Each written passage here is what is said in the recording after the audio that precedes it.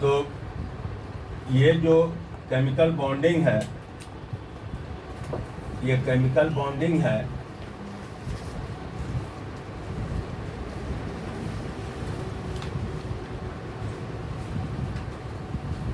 Chemical bonding जो है तो देखो अलग अलग बुक में अलग अलग है। अगर 10th को देखा जाए तो 10th में जो है चला गया, उसके अंदर चला गया। 10th में अगर देखा जाए ICSE में देखोगे तो केमिकल बॉन्डिंग एक चैप्टर है, ठीक है। लेकिन यहाँ तुम लोग को अलग से कोई CBSE में कोई अलग से चैप्टर नहीं है। ये केमिकल बॉन्डिंग जो है वो किस में आ जाता है, तो ये 2 चैप्टर है CBSE में। CBSE में 2 चैप्टर है। एक चैप्टर है metal non metal, metal non metal, और एक चैप्टर है carbon and its compound. 2 chapter तुम लोग को बचा हुआ है, ठीक है। कल वाले पेपर में दिया है कि फुल कोर्स से आएगा, ब्लूप्रिंट नहीं निकलेगा इस बार, ठीक है। मतलब सिलेबस यही है, सिलेबस नहीं चेंज किया, मतलब फुल कोर्स से आएगा। पहले होता था कि कुछ सिलेक्टेड ब्लूप्रिंट निकालता था कि इस चैप्टर से इस पोर्शन से इतना नंबर का आएगा, तो हम लोग को तैयारी करवाने में उसको कंसंट्रेट करते थे। सिलेबस नहीं बढ़ गया, ऐसा मत समझना कि सिलेबस बढ़ गया, सिलेबस वही है, लेकिन अब ब्लूप्रिंट नहीं निकालेगा, ठीक है। तो एक मेटल नॉन मेटल है और एक कार्बोनेट कंपाउंड है। मेटल नॉन मेटल में तुम लोग को पढ़ना है आयोनिक बॉन्ड,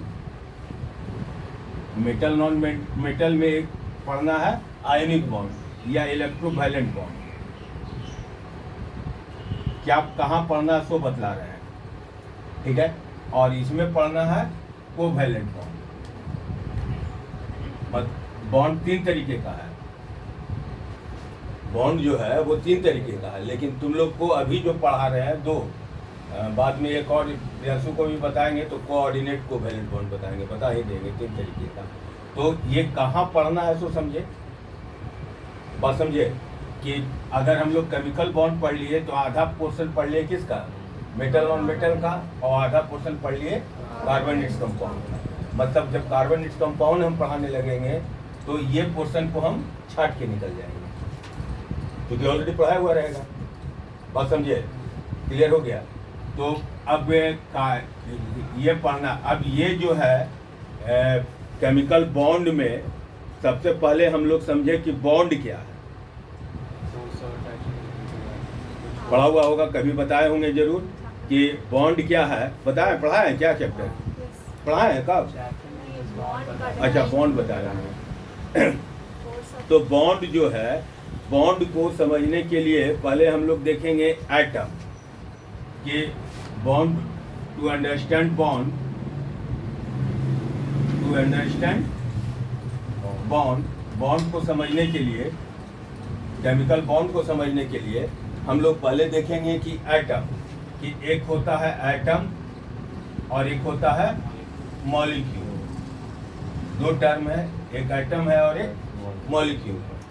एटम H जो लिख रहे हैं वो क्या है, एटम है, गौर से देखना बुआ। और H2 जो लिख रहे हैं ये क्या है, मॉलिक्यूल है। अगर N लिख रहे हैं तो क्या है, एटम है। अगर N2 लिख रहे हैं तो ये क्या है, मॉलिक्यूल है। नहीं, बात समझ रहे हो।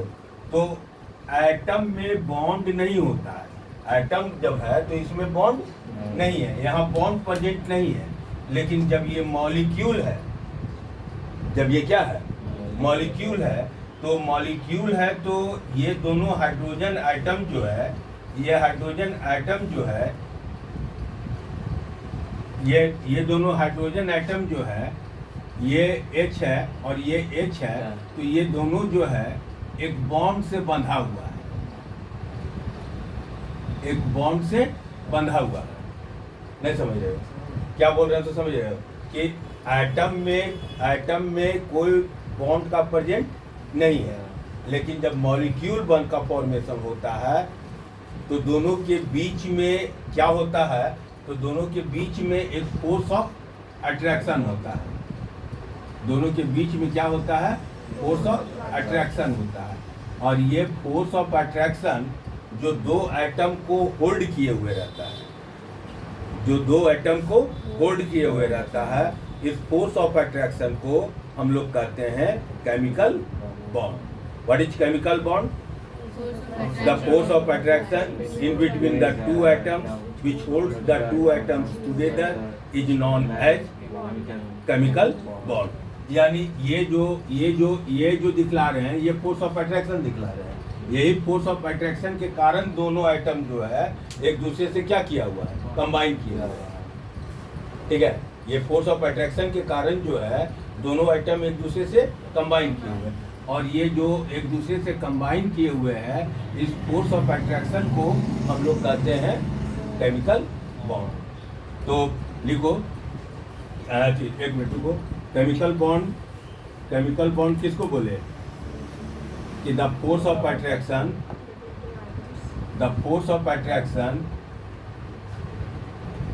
किसके बीच? In between the two atoms which hold the two atoms together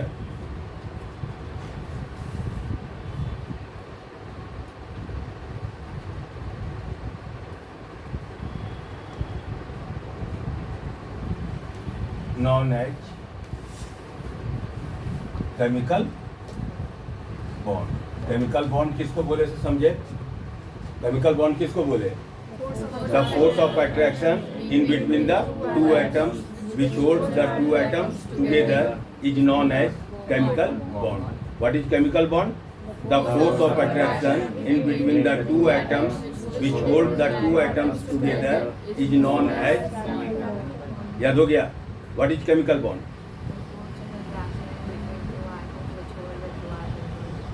ठीक है, दो एटम, एक फोर्स ऑफ अट्रैक्शन है जो दो एटम को क्या किए हुए हैं? होल्ड किए हुए हैं। ये एक एटम है मेरा और एक ये एटम है।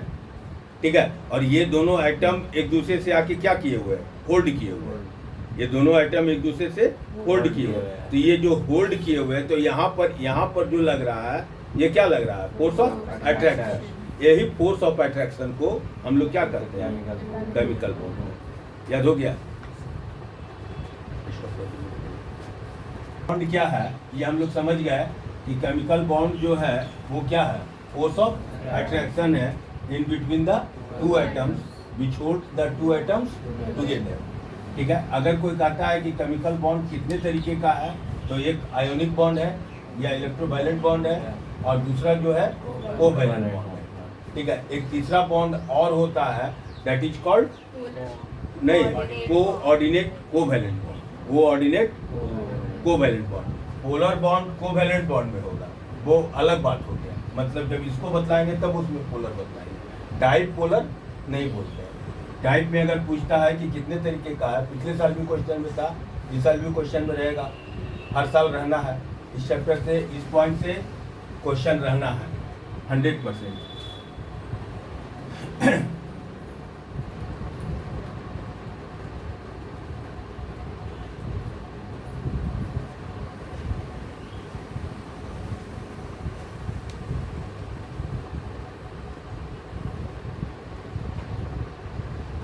तो केमिकल बॉन्ड को आगे बढ़े हम, इसके पहले जो है थोड़ा सा इनर्ट गैसेज के बारे में जानना होगा कि इनर्ट गैसेज कौन कौन है। इनर्ट गैसेज बहुत बार याद करवाए हैं। कौन कौन है? Helium, neon, argon, krypton, xenon, radon. ठीक है, तो ये इनर्ट गैसेज को थोड़ा सा पहले जानना पड़ेगा, तब आसान होगा। एकदम स्लो चल रहा है, कोई फास्ट नहीं कि तेजी से भाग जाना है। कौन कौन बोले? हीलियम, नियॉन, आर्गन, क्रिप्टन, जेनन और रेडॉन। ये 6 जो है वो क्या है? Inert gases. इनर्ट गैसेज कौन कौन हुआ? Inert gases helium, neon, argon, krypton, xenon, radon. याद हो गया? कौन कौन हुआ? Helium, neon, argon, krypton, xenon, radon. कौन कौन हुआ? Helium, neon, argon, krypton, xenon, radon. ये 6 जो है वो क्या है, इनर्ट गैसेज। ये 6 जो है वो क्या है, इनर्ट गैसेज है। तो इनर्ट गैसेज क्यों है सो समझे। और इसको इनर्ट गैसेज कहने से क्या होता है, तो पहले इसका एटॉमिक नंबर याद करें। तो एटॉमिक नंबर इसका कितना होता है, 1 का याद रखना है, ऑटोमेटिकली सबका याद हो जाएगा। पहला का कितना है 2, तो 2 में 8 जोड़ो तो कितना हो जाएगा 10, फिर 10 में 8 जोड़ो तो कितना हो जाएगा 18 में 18 जोड़ोगे तो कितना हो जाएगा 36, फिर 36 में 18 जोड़ोगे तो कितना हो जाएगा, और 54 में 32 जोड़ोगे तो कितना हो जाएगा 86। कैसे हुआ तो समझे, कैसे हुआ तो समझे। पहला तो 2 है, दूसरा में कितना जोड़े 1, तो 10 आ गया। तीसरा में फिर कितना जोड़े 8, तो कितना आ गया 2, 8 जोड़ना है, फिर कितना जोड़े 18, तो ये कितना हो गया 36, फिर 18 जोड़े तो कितना हो गया 54, फिर 18 जोड़े तो कितना हो, अरे 32 जोड़े तो कितना हो गया। कैसे एटॉमिक नंबर इसका याद रखेंगे, समझ गया।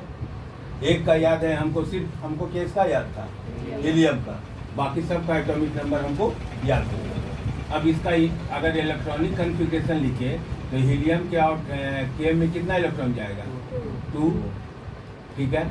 नियॉन में कितना कितना जाएगा 2 और 8 जाएगा, ये जानते हो गए, ये सबको जानता है। ये 18 में कितना जाएगा 2, 8, इसमें कितना जाएगा 2, 8, 18, 8,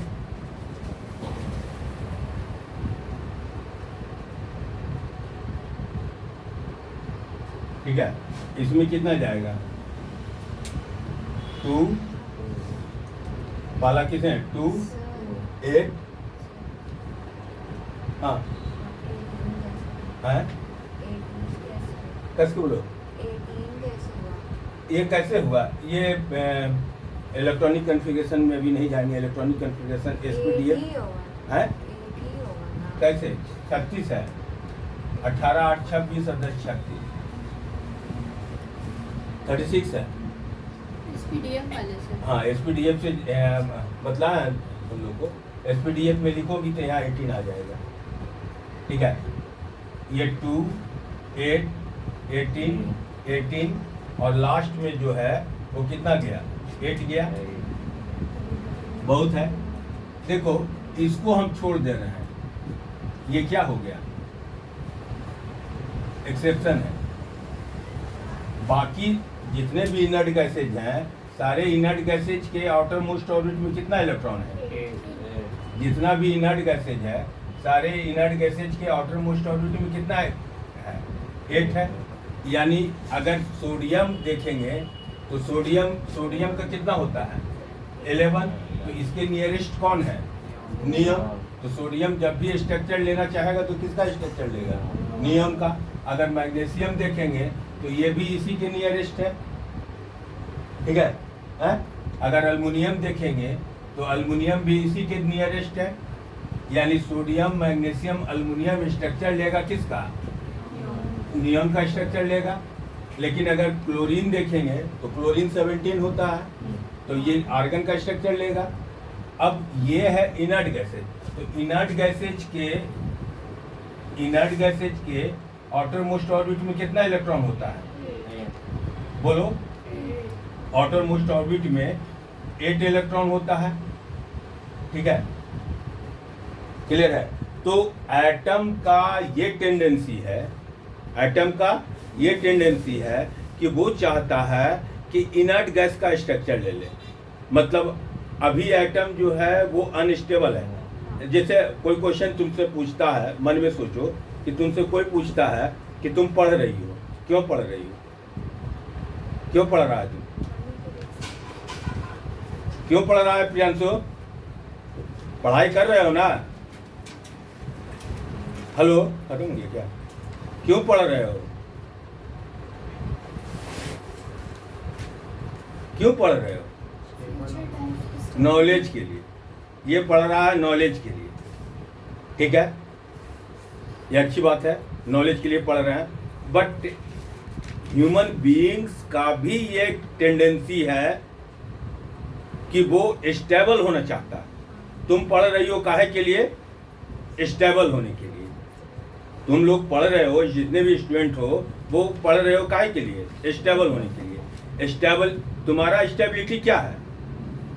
तुम्हारा स्टेबिलिटी क्या है? तुम बोली कल कि हम मेडिकल फील्ड में जाएंगे, तो तुम्हारा स्टेबिलिटी है कि हम जो है सो मेडिकल फील्ड में जाएंगे। तो अगर मेडिकल फील्ड में जाओगी, डॉक्टर बन जाओगी तो स्टेबल हो जाओगी। इसका एम है कि हम डॉक्टर इंजीनियर बनेंगे, तो इसका स्टेबिलिटी क्या है? इंजीनियर बनना। मतलब ये स्टेबल होना चाह रहा है, स्टेबल होना चाह रहा है। स्टेबल होने के लिए ये क्या कर रहा है? पढ़ रहा है। मतलब सब ह्यूमन बीइंग्स का स्टेबिलिटी अलग अलग है। हम क्या हैं? हम टीचर हैं, हम अनस्टेबल हैं। हमको अगर देखा जाए तो हम अनस्टेबल हैं। आज टीचिंग जॉब कर रहे हैं, कल सब बच्चा भाग जाएगा तो यहाँ पान दुकान आगे में खोल देंगे। हम अनस्टेबल हैं। तो ह्यूमन बीइंग्स भी चाहता है कि स्टेबिलिटी ले ले। मतलब आप पढ़ रहे हो तो टू गेन द स्टेबिलिटी। अब अगर कोई पूछता है कि क्यों पढ़ रही हो, तो ये मत बोलना कि हम डॉक्टर बनने के लिए पढ़ रहे हैं, स्टेबिलिटी के लिए पढ़ रहे हैं। अब समझने वाला समझते रहेगा कि क्या स्टेबिलिटी है।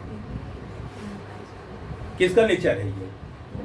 ह्यूमन बीइंग्स का। ये किसका नेचर है? उसी तरीके से एटम का भी नेचर है कि वो स्टेबल होना चाहता है। वो क्या चाहता है? स्टेबल। ये एक हाइड्रोजन था, तो ये हाइड्रोजन चाह रहा है कि स्टेबल हो जाए। तो ये स्टेबल होने के लिए ये जो है वो क्या करेगा कि आउटर मोस्ट ऑर्बिट में, अगर यहाँ इसका स्टेबिलिटी क्या है? एटम का स्टेबिलिटी क्या है? एटम का स्टेबिलिटी है कि वो इनर्ट गैस का स्ट्रक्चर ले ले। जैसे तुम्हारा स्टेबिलिटी था कि तुम अपने एम को गेन कर लो तो तुम स्टेबल हो गए। तुम्हारा स्टेबिलिटी क्या हुआ कि टू गेट द एम। तुम्हारा एम अगर मिल गया तो तुम स्टेबल हो गए। उसी तरीके से एटम जो है वो कब स्टेबल होगा? जब वो इनर्ट गैस का स्ट्रक्चर ले लेगा। इनर्ट गैस का स्ट्रक्चर लेने के लिए मान लिया जाए सोडियम है, तो सोडियम का इलेक्ट्रॉनिक कॉन्फ़िगरेशन कितना होता है? 281। तो इसके आउटर मोस्ट में कितना इलेक्ट्रॉन है? तो ये जो है अनस्टेबल है। अभी ये क्या है? क्यों अनस्टेबल है? क्योंकि इनर्ट गैस का स्ट्रक्चर इसके पास नहीं है। लेकिन अगर ये एक इलेक्ट्रॉन को चाहे डोनेट कर दे, एक इलेक्ट्रॉन को अगर किसी को क्या कर दे? डोनेट कर दे, तो इसके आउटर मोस्ट ऑर्बिट में कितना इलेक्ट्रॉन हो जाएगा? एक। यानी इनर्ट गैस का स्ट्रक्चर ले लेगा तो खत्म हो गया। तो व्हाई डू एन एटम जो है वो क्यों इनर्ट गैस का क्यों जो है सो केमिकल बॉन्ड का फॉर्मेशन करता है? ठीक है। तो क्वेश्चन लिखो कि व्हाई डू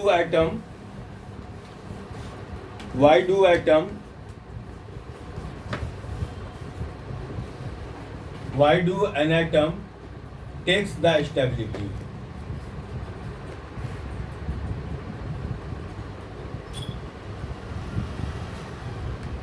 अच्छा, why do atom takes the stability? ना, why do atoms कर देना।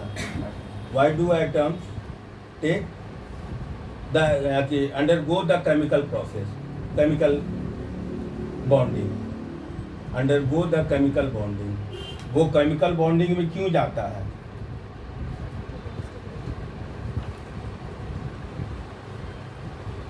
तो केमिकल बॉन्डिंग में क्यों जाता है? To get the stability. तो लिखो an atom undergo the process of chemical bonding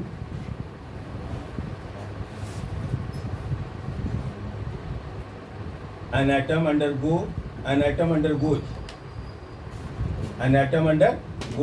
the chemical process, undergoes the chemical bonding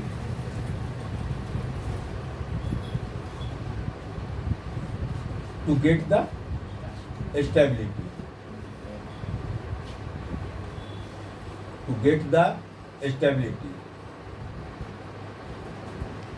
ठीक है। स्टेबल होने के लिए और कर दो, to take the structure of inert gases, to take the structure of inert gases. Inert gas के structure को लेने के लिए आइटम जो है वो क्या करता है,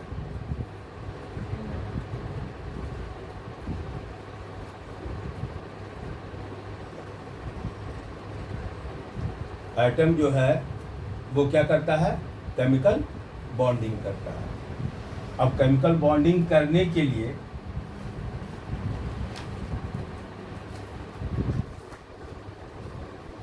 हाँ ज्वाइन करो गूगल मीट पर।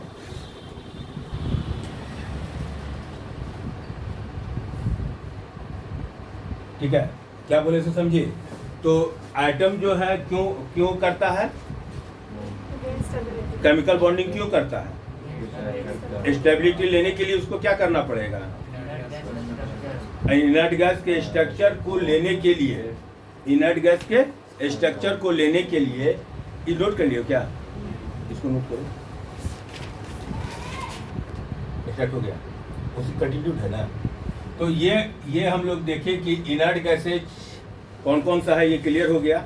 इनर्ट गैसेज के स्ट्रक्चर को लेने के लिए आइटम जो है वो क्या करता है, केमिकल बॉन्ड का फॉर्मेशन करता है, केमिकल बॉन्डिंग करता है। ठीक है, अब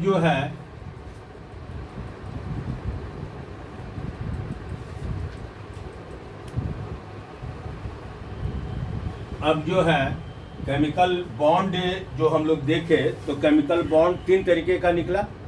ठीक है, एक हो गया कौन, आयनिक बॉन्ड, दूसरा हुआ कोवैलेंट बॉन्ड और तीसरा है कोऑर्डिनेट बॉन्ड, जो आप लोग को पढ़ना नहीं है। ठीक है, वो बाद में पढ़ेंगे। तो अब सपोज करो कि सोडियम है, ये सोडियम है, तो सोडियम का एटॉमिक नंबर याद रखना होगा। तो इसका इलेक्ट्रॉनिक कॉन्फ़िगरेशन कितना है, 281। अब बताओ कि ये इनर्ट गैस के स्ट्रक्चर को लेने के लिए, गौर से समझना, मेटल और मेटल का बहुत इंपॉर्टेंट पोर्शन है, यहीं से स्टार्ट हो जाएगा। इनर्ट गैस के स्ट्रक्चर को लेने के लिए ये एक इलेक्ट्रॉन को अगर क्या कर दे, डोनेट कर दे, किसी को डोनेट कर दे, तो इलेक्ट्रॉन को अगर डोनेट कर देगा तो इसके पास कितना बचेगा, 2 और 8। तो 2 और 8 बचेगा, तो इसका मतलब है कि ये नियॉन का स्ट्रक्चर ले लेगा, यानी ये स्टेबल हो जाएगा। ठीक है, यानी सोडियम जो है जब एक इलेक्ट्रॉन को डोनेट कर देगा, अब यहाँ से क्या बता रहा है कि ये 281 है, यहाँ से समझना गौर से, 281 है, तो एक इलेक्ट्रॉन को डोनेट कर देगा तो ये सोडियम पर कौन सा चार्ज आ जाएगा, एक पॉजिटिव चार्ज आ जाएगा, आएगा, क्योंकि ये कितना हो जाएगा, 28। अब सवाल है कि ये प्लस चार्ज क्यों हो जाएगा, माइनस चार्ज क्यों नहीं होगा, कौन बताएगा? क्योंकि इसमें जो है वो नंबर ऑफ प्रोटॉन्स कितना है, नंबर ऑफ प्रोटॉन्स कितना है, 11 है, और इसमें नंबर ऑफ इलेक्ट्रॉन्स भी कितना है, 11 है ना। तो नंबर ऑफ प्रोटॉन्स जो है वो नंबर ऑफ इलेक्ट्रॉन्स के क्या होता है, इक्वल है। अगर number of protons number of electrons के इक्वल है, अगर number of protons number of electrons के इक्वल है, तो एटम जो है वो न्यूट्रल है, एटम जो है वो क्या है, न्यूट्रल है, यानी पॉजिटिव और नेगेटिव चार्ज सेम है। जितना अगर पॉजिटिव चार्ज है उतना ही जो है सो क्या है, नेगेटिव चार्ज है, तो ये इस पर कोई चार्ज नहीं है, न्यूट्रल है। क्लियर है, ये बात समझे। अब अगर इसको देखें हम लोग, तो इसने किसको डोनेट किया, इलेक्ट्रॉन को डोनेट किया, तो एक इलेक्ट्रॉन डोनेट कर दिया, तो नंबर ऑफ इलेक्ट्रॉन्स इस पर कितना आ गया, नंबर ऑफ इलेक्ट्रॉन 10 हो गया।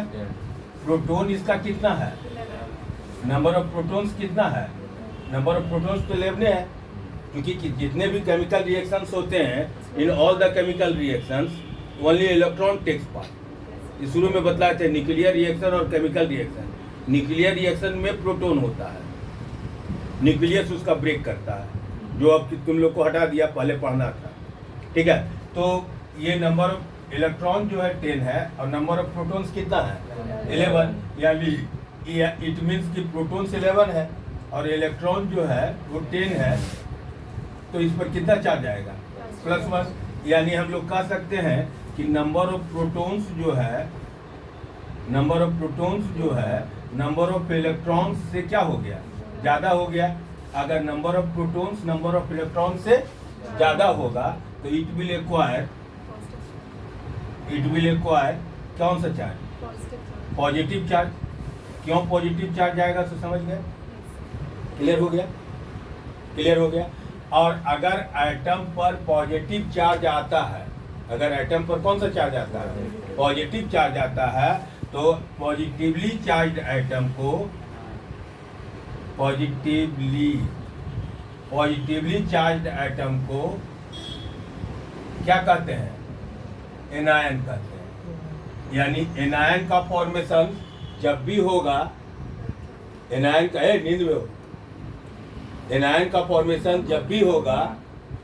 का फॉर्मेशन जब भी होगा तो क्या चीज से होगा? इलेक्ट्रॉन को डोनेट करके। यानी एनायन का फॉर्मेशन हो रहा है। इसका मतलब है कि इलेक्ट्रॉन जो है वो क्या हो रहा है? डोनेट हो रहा है। इलेक्ट्रॉन जो है वो क्या हो रहा है? डोनेट हो रहा है। अगर एक इलेक्ट्रॉन को डोनेट करेगा तो उस पर एक पॉजिटिव चार्ज आएगा, 2 इलेक्ट्रॉन को डोनेट करेगा तो 2 होगा। अब अरे रे रे रे रे रे रे, ये जो बोला वही हम भी लिख दिए। सही है। सॉरी, हाँ, केटायन होगा। इधर भी लिखें कहीं पर। नीचे सर, हैं? नीचे है, पॉजिटिवली के नीचे। कहाँ? लास्ट वाला है। हाँ, सही, गुड, थैंक्स। ये जो बोला वही हम लिख दिए हैं। केटायन का फॉर्मेशन देना। पॉजिटिवली चार्ज एटम को क्या बोलेंगे? केटायन। अगर मान लिया जाए मैग्नीशियम को देखें तो मैग्नीशियम कितना होता है? 12। तो गौर से देखना, इसी पर सब है पूरा इलेक्ट्रोवायलेंट। मैग्नीशियम 12 है तो इसका कितना होगा? 2, 8, 2। इसके आउटर मोस्ट ऑर्बिट में कितना इलेक्ट्रॉन है? 2 इलेक्ट्रॉन है। तो ये कितना इलेक्ट्रॉन को डोनेट करेगा? 2 इलेक्ट्रॉन को। तो मैग्नीशियम जो है वो 2 इलेक्ट्रॉन को क्या किया? डोनेट कर दिया। अभी ये कितना है? 282 है। अब ये 2 इलेक्ट्रॉन अगर डोनेट कर देगा तो मैग्नीशियम पर कितना बच जाएगा? 28 बच जाएगा। अब 2 इलेक्ट्रॉन इसका घट गया, 2 इलेक्ट्रॉन इसका क्या हुआ? घट गया। यानी इस पर कितना चार्ज आएगा? 2 प्लस चार्ज आएगा। जानते हैं ना मैग्नीशियम का वैलेंसी कितना होता है? 2। मैग्नीशियम का वैलेंसी क्यों होता है? इसलिए कि ये 2 इलेक्ट्रॉन को क्या करता है? डोनेट करता है। सोडियम का वैलेंसी 1 क्यों होता है? इसलिए कि ये 1 इलेक्ट्रॉन को डोनेट करता है। उसी तरीके से अब ये लिखने का तो जरूरत नहीं है। तो ये अगर कोई कहता है कि what is difference between Mg and Mg2+, Mg और Mg2+ में क्या डिफरेंस है? तो एक ये न्यूट्रल एटम है, पहला हो गया कि ये क्या है? नहीं बताया है कि पहला ये क्या हो गया कि न्यूट्रल एटम है। ये क्या है? केटायन है। नहीं होगा, जगह नहीं है। थोड़ा सा पहले इसको नोट कर लो, उसके बाद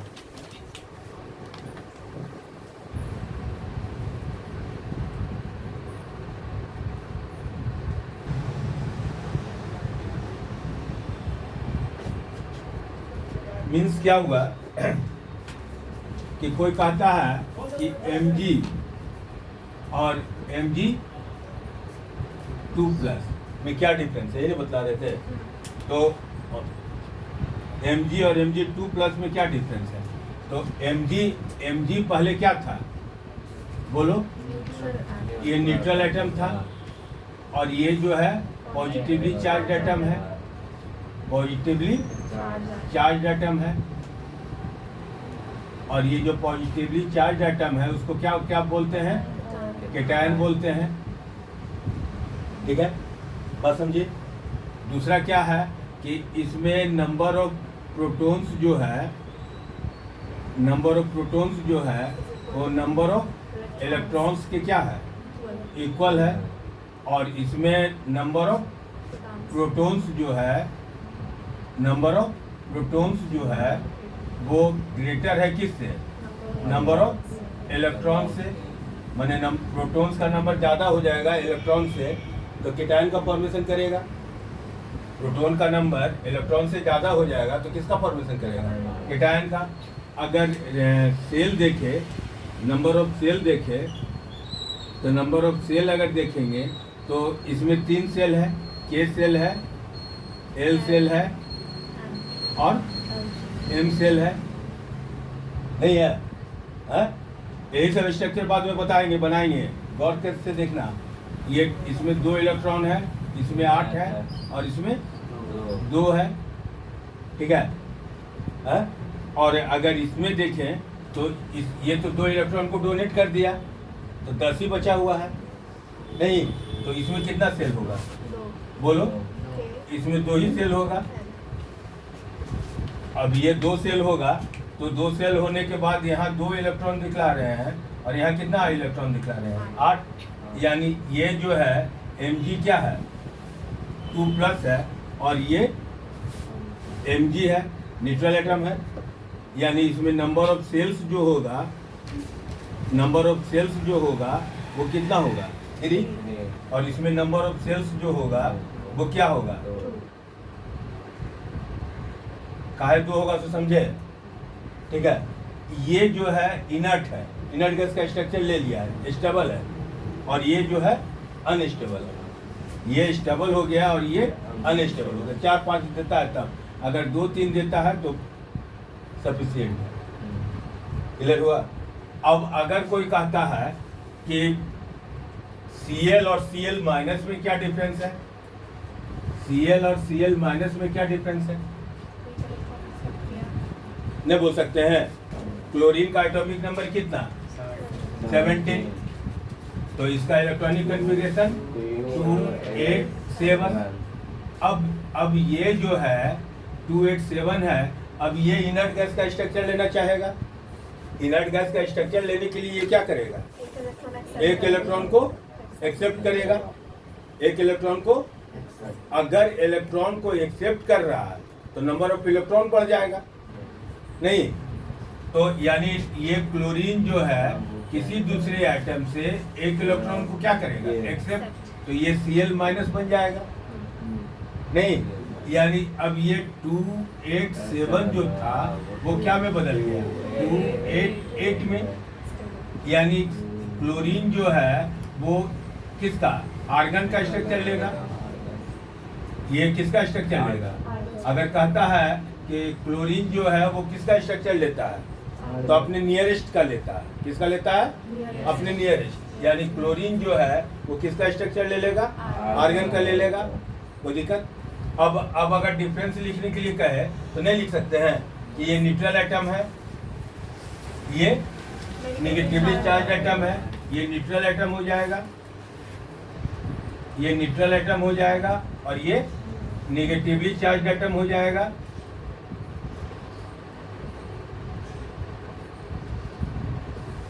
ठीक है? कोई दिक्कत? ये नेगेटिवली चार्ज एटम जब होगा तो इसको क्या कहेंगे? एनायन कहेंगे। इसके आउटर मोस्ट वैलेंस इलेक्ट्रॉन इसका कितना है? इसका वैलेंस इलेक्ट्रॉन 7 है और इसका वैलेंस इलेक्ट्रॉन, बोलो, इसका वैलेंस इलेक्ट्रॉन कितना हो गया? जितना भी इनर्ट गैस का स्ट्रक्चर ले लिया है उसका वैलेंस इलेक्ट्रॉन कितना होगा? 8 होगा। ठीक है? इसमें नंबर ऑफ सेल 3 है, इसमें भी नंबर ऑफ सेल 3 है, लेकिन नंबर ऑफ इलेक्ट्रॉन्स जो है, नंबर ऑफ इलेक्ट्रॉन्स जो है वो 17 है और नंबर ऑफ प्रोटॉन्स भी जो है वो कितना है? 17 है। इसलिए ये न्यूट्रल है। Same number of protons and electrons के प्रेजेंट होने के कारण जो है ये क्या है? न्यूट्रल है। जबकि इसमें अगर देखें तो नंबर ऑफ इलेक्ट्रॉन्स कितना हो गया? अब बोलो, नंबर ऑफ इलेक्ट्रॉन्स कितना हो गया? 18, एक ले लिया है। और नंबर ऑफ प्रोटॉन्स कितना होगा? नंबर ऑफ प्रोटॉन्स जो होगा वो 17 होगा। तो एक का डिफरेंस हो गया तो इस पर कितना चार्ज आएगा? 1 निगेटिव चार्ज आएगा।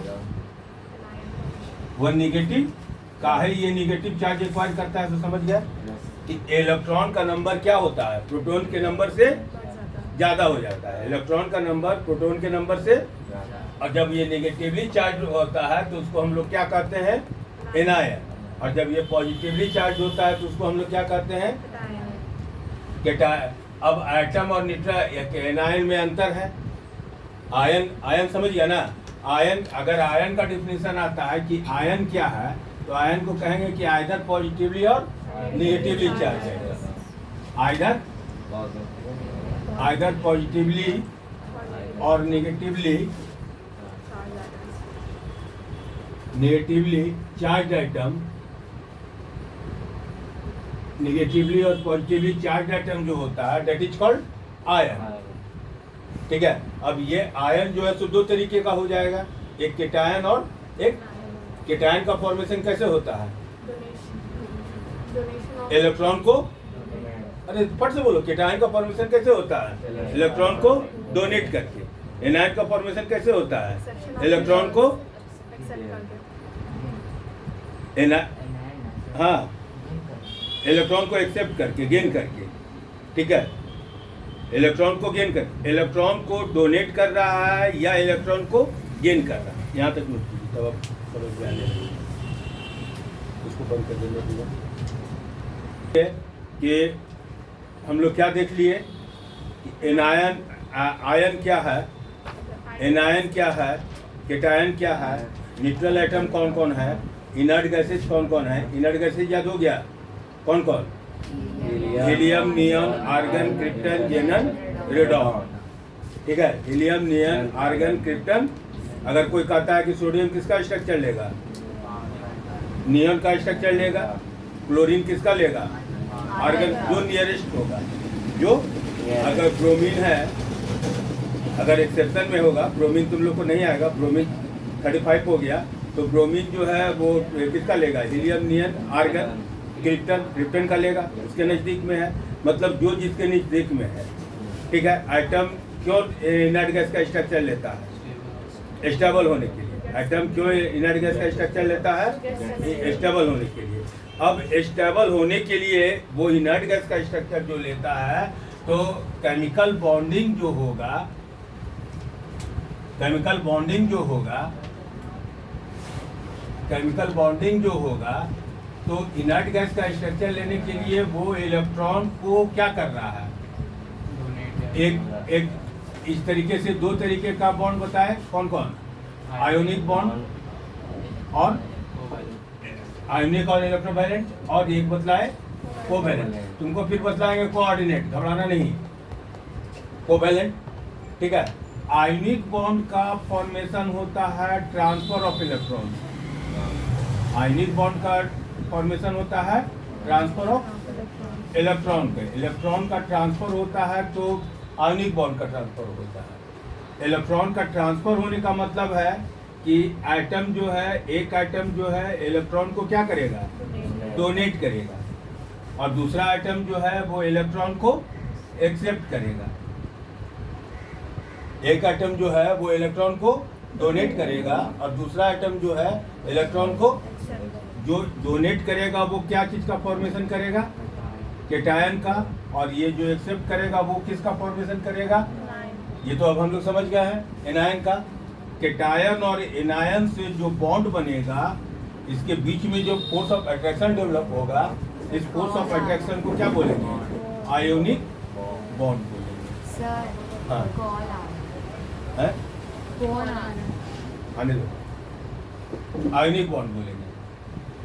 ठीक है, क्लियर। और कोवैलेंट बॉन्ड जो है, कोवैलेंट बॉन्ड जो है ये बनेगा शेयरिंग ऑफ इलेक्ट्रॉन से, ये बनेगा शेयरिंग ऑफ इलेक्ट्रॉन से। बोलो, आयोनिक बॉन्ड कैसे बनता है, और कोवैलेंट बॉन्ड कैसे बनता है, शेयरिंग ऑफ इलेक्ट्रॉन से। ठीक है। अब कहाँ शेयरिंग होगा, क्यों होगा, वो हम लोग डिस्कस करेंगे, लेकिन आयोनिक बॉन्ड, अगर कोई कहता है कि आयोनिक बॉन्ड क्या है, तो bond which is formed by the transfer of the electron, that means such type of bond which is formed by the cation and anion. cation और anion से जब भी बनेगा तो कौन सा बॉन्ड बनेगा? आयनिक बॉन्ड बनेगा। ठीक है, केटायन होने का मतलब है कि एक मेटल होगा और एक नॉन मेटल होगा, यानी मेटल और नॉन मेटल के बीच में जब भी बॉन्ड बनेगा तो आयनिक बॉन्ड होगा। कोई कहता है कि MgCl2 में कौन सा बॉन्ड है? आयनिक है, क्योंकि मैग्नीशियम मेटल है और क्लोरीन नॉन मेटल है। मैग्नीशियम मेटल है और क्लोरीन नॉन मेटल है। अगर कोई कहता है कि AlCl3 में कौन सा बॉन्ड बनेगा? आयनिक बॉन्ड बनेगा। एल्युमिनियम मेटल है और ये MgO में कौन सा बॉन्ड बनेगा? तो ये मेटल है और ये, तो जहां भी मेटल नॉन मेटल बना, जहां भी मेटल और, तो उसमें कौन सा बॉन्ड होगा? Ionic bond. और एक शेयरिंग ऑफ इलेक्ट्रॉन होगा तो नॉन मेटल के बीच में बनेगा, नॉन मेटल के बीच में। ठीक है, ये इलेक्ट्रॉन को डोनेट नहीं करेगा, ये इलेक्ट्रॉन को, यानी केटायन एनायन का फॉर्मेशन।